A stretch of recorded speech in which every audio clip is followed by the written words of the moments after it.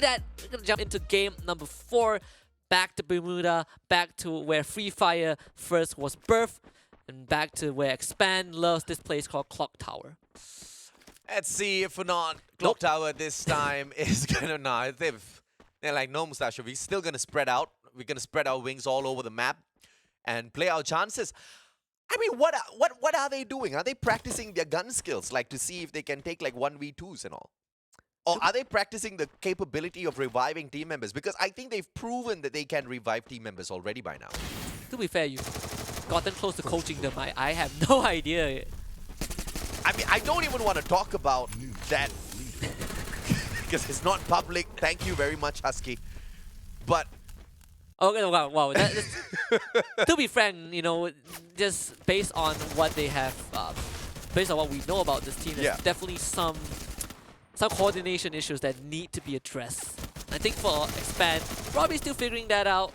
I think you've got just 4 boys who are very much in The prime of their youth. Yes, that's exactly what I was looking for. In the prime of their youth. And that's sometimes a very good thing, but in this case, it's a very, very bad thing. They just need to find a way to play to the strengths of each other instead of their individual strengths. Because we know they are individually gifted, but we want to see what sort of gifts they can deliver to their squad as a whole. And if that day is one day reached, I think Expand will dominate not just Free Fire in Malaysia, but throughout the whole world. Yeah, we're missing a bit of the magic that they first brought when this team came together out of nowhere. And it's one of those squads where there was no leaks, no rumors. They just show up one day to the league and they dumpstered everyone. Yep. You know, it's a really well-kept secret. I think we're missing kind of that cohesion, right? Because they were so close to winning a major. They were so close to getting into the World Series playoffs. Team Flash are very close to getting knocked out. And Nero just needs a couple of finishing touches. But unfortunately, it is... Yanbin is... Oh, God, never mind. He's gone. I still remember this because when they started the league and when they were dominating, I still remember the strategy because I was so in love with Expand at that point. We all were. I'm still in love with them, but maybe that love is kind of wearing out if they continue to split apart very early in these matches. So what they used to do was, they used to play this buddy system, right? They used to split off because they've got 2 long-range specialists and they've got 2 close quarter specialists, right? Right. Cobra used to stick together with Axel. And I still remember this one play where Cobra was just running and gunning everybody down with his shotgun. And there were moments where Cobra almost got taken down and Axel just had his back covered at all points. Oh yeah, I remember that moment. And it was such a beautiful thing to see, man. Teamwork like that is just so freaking rare because, you know, there are not a lot of teams who have that sort of teamwork as well as that sort of mechanical skills. This is the team that has it, but they're not using it. At least not in the second half of the... Surely, yeah. Of the squad, right? I mean, the first half, perfect. I think a lot of people were not even really mad that they didn't win the major. It was just they were so close to winning and they were up against a team that's been together for a bit longer than they have. Yeah, and it's unacceptable that Sem9 is doing better than Expand. I mean, I love Sem9. To a certain extent, I do agree with that. Yeah, I mean, you Track record, right? You can't pull a Farang, bro. That's all I'm gonna say. You cannot pull a Farang. You can't go to the World Series. You can't represent Malaysia and then come back and, you know, just not be the top dogs of your own region. You gotta continuously perform. There's a lot of expectations for sure. Absolutely. I mean, props to Sem9. I think they got a well-balanced roster. I mean, the team manager is also someone who is really experienced in Free Fire, right? So I think that definitely helps. Absolutely, man. I mean, I love Hajiat. Hajiat is like one of the best guys in the world. He is. I want to see I mean, okay, going back to Sem9 here, they perhaps might have not represented Malaysia on the world stage, but they used to hit really hard. But in the past couple of tournaments, they kind of lost that standing. They lost that 5 out. And we don't even know why. We just couldn't identify exactly what went wrong with the team. Yeah, because I remember when this team first formed, it was an incredibly strong team. Correct. I believe, like, was Mr. D in it? I think he was. Right, it's a really solid team. Afterwards, they had this... No, this Sem9 is the one that was bought over from GeekFam. Yeah, but prior to that, right, the very first right, Sem9 a year ago, super solid. And afterwards, you have this mediocre run, but they were not at the bottom. And then they took the ex-Geek Fam roster, and that was like the worst performance, and it was during a major. And everyone was like, what the heck is happening with Sem9? You got the best team, and then it somehow became one of the worst performing team And they made a bit of changes. They brought Yeah. back 2 members from the OG roster, and right now they are the best team in the league, which is surprising, but it's also really, really good for an organization that In the play-ins. In the play-ins. overall league. The Thai teams will have something to say about that. right Sorry, without the what, Thai team. Sem9? I feel like if you bring Thai teams into the that's it. Like it's no discussion. to be had Everybody in just goes home. Yeah, Just let the Thais play. you do know that first to 6th place or first to 4th place for the Challenge Finals is already out of the pick question, right? Yeah, yeah. I mean, We are not walking away with 65,000. We're not getting 30,000. Mm-mm. We're setting for 10,000 and onwards. We're being really we're taking the back seat for now. yeah, absolutely, man. King of Gamers, it looks like Oscar wants to drive right into the compound of Fikri just to get a little bit of information, but hopefully that doesn't turn out. Hey, he spots the guy, and that forces him to reposition, and Osaka takes advantage from afar. What a play, King of Gamers. It's a very cute attempt. Well, Sem9 has been pressured Love it. very, very early on, so this is a very slow round for them, right? They were not able to find any footing, and thankfully for Zen OP, he is still pretty much alive. Unfortunately, outside the blue zone, and the closest revival point is at Hangar, and Anxiety is heading there right now, so Zen is going to have a very, very tough time. There is a buy point, but I don't think he has any coins to get his teammates back, so this is a tough, tough round. In a situation like this, Expand, will be able to smile year to year and say, you see, bro, you see, we're all still surviving. That's only because you guys got lucky, bros. It was because nobody else was there to third party you or to catch you a little off guard with that hot drop. But, you don't really get lucky like that in each and every single round, man. I really want to see something different from Expand. I think this team can outperform even Sem9 in this lobby with their current state of capabilities. But we just, I think they want to just keep us all in suspense and then just pop off later at the grand finals, maybe in Jakarta. But I say this is the time to really practice against some of the top dogs in the competition. Yeah. We did see some adjustments, right? Normally, you mentioned about the buddy system. Yeah. But right now, I think they are switching that role in and out, on and off just a bit. Axo is the one that's kind of the most consistent, right? Yeah. Sometimes you see Cobra trying to play that long range, but when he gets into close range, we don't really see that Cobra Axo dynamic as much as we want to see. And I think that could be something that they are trying to figure out.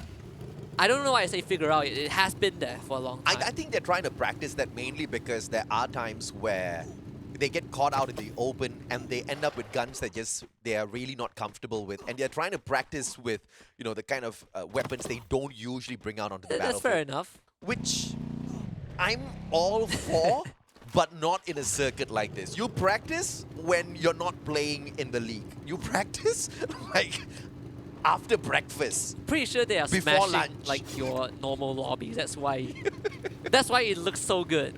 Yeah. But hopefully, obviously, things change a little bit. Anxiety. This is that one team that has consistently given me anxiety with their performance. Statistically, this is one of their worst leagues. Yeah, man. Overall. No doubt. Hands down. But can't blame them. Only Philippine representative directly invited alongside Sem9, and they are just getting crushed by teams from other regions. And it's not on them. I think they just do not have not experienced this enough to kind of build themselves that experience, kind of that portfolio. It's either that or they're not practicing enough because their gunfights are really weak. I mean, I hope they're listening so that they can take my words to heart, even get angry with me and just really try to prove to me that they can take some solid gunfights, because we really need to see that. We desperately need to see some solid gunfights for out of anxiety. Just like VGM as well as First Raiders. A couple of ice grenades just to make them reposition quickly, chipping away at their HP little by little, but they will be able to back away. A flurry of glue walls thrown out, but Darkol still manages to bite the dust as he is caught out. Bingsu finds Darklock. That's a little unfortunate.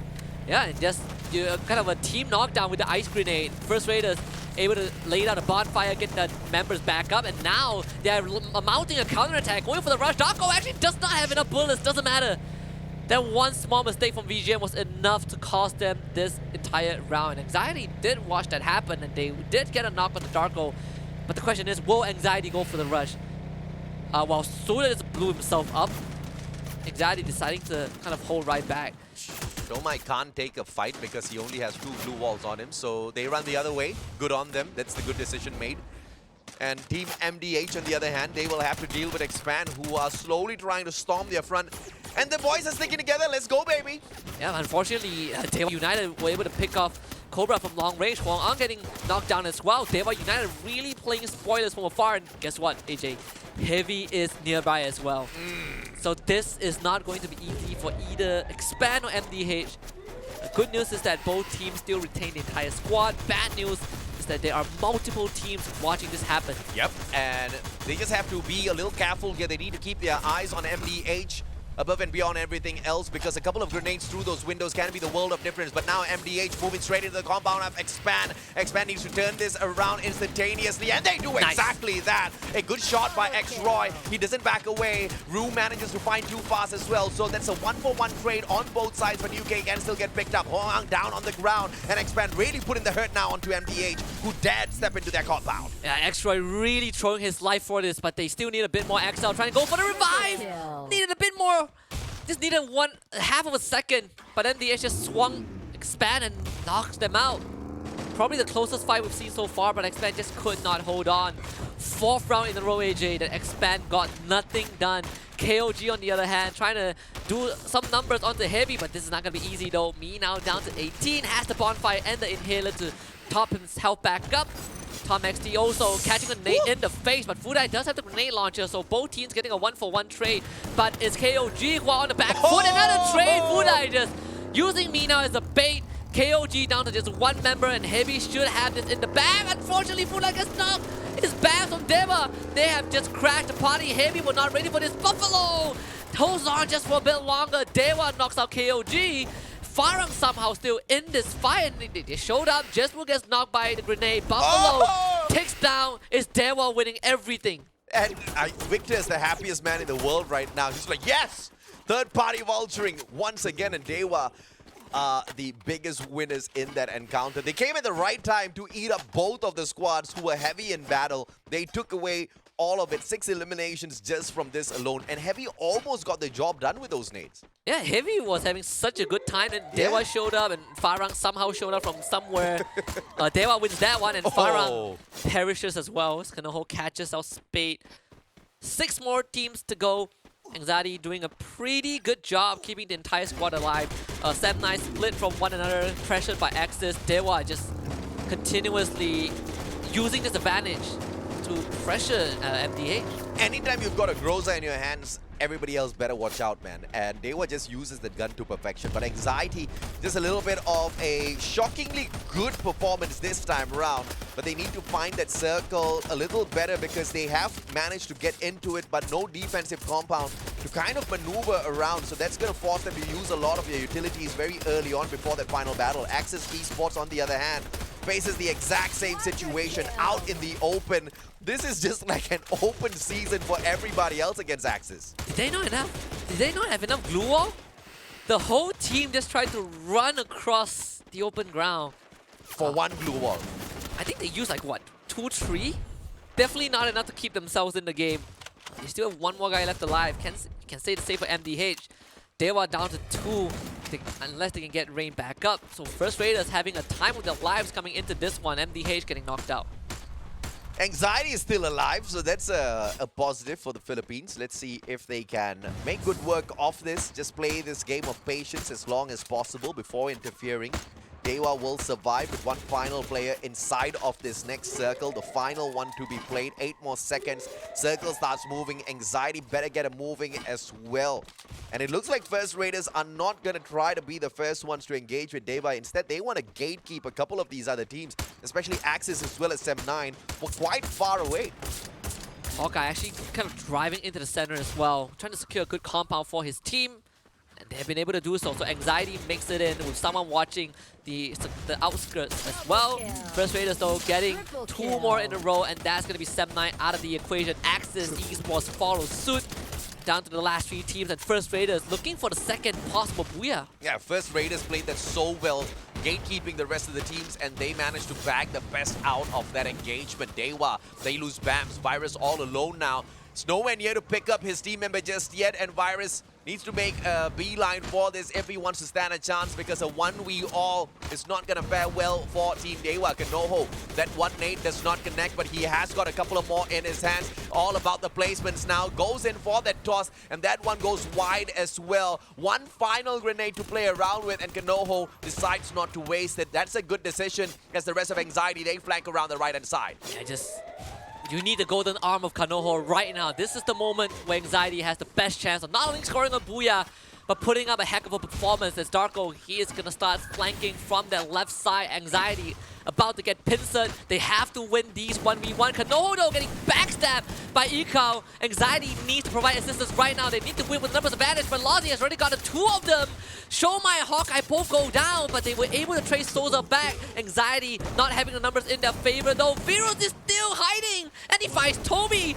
Dewa sneaking in the shadows, and maybe Virus might just be the savior for his team. It's Kanoho against the world, swings right out, gets one, puts up the glue wall, looking for a second. Lozzie finishes the job, and First Raiders definitely got this. Virus the only one left in their way, and the only way out of this one is to give First Raiders the second consecutive Booyah of the night. First Raiders showing up on the penultimate day of the play-ins. Beautiful play by First Raiders. Final one is a melee side kill, and I don't know if that's gonna be enough for them to jump right back up, because they are third from last right now, and they need what is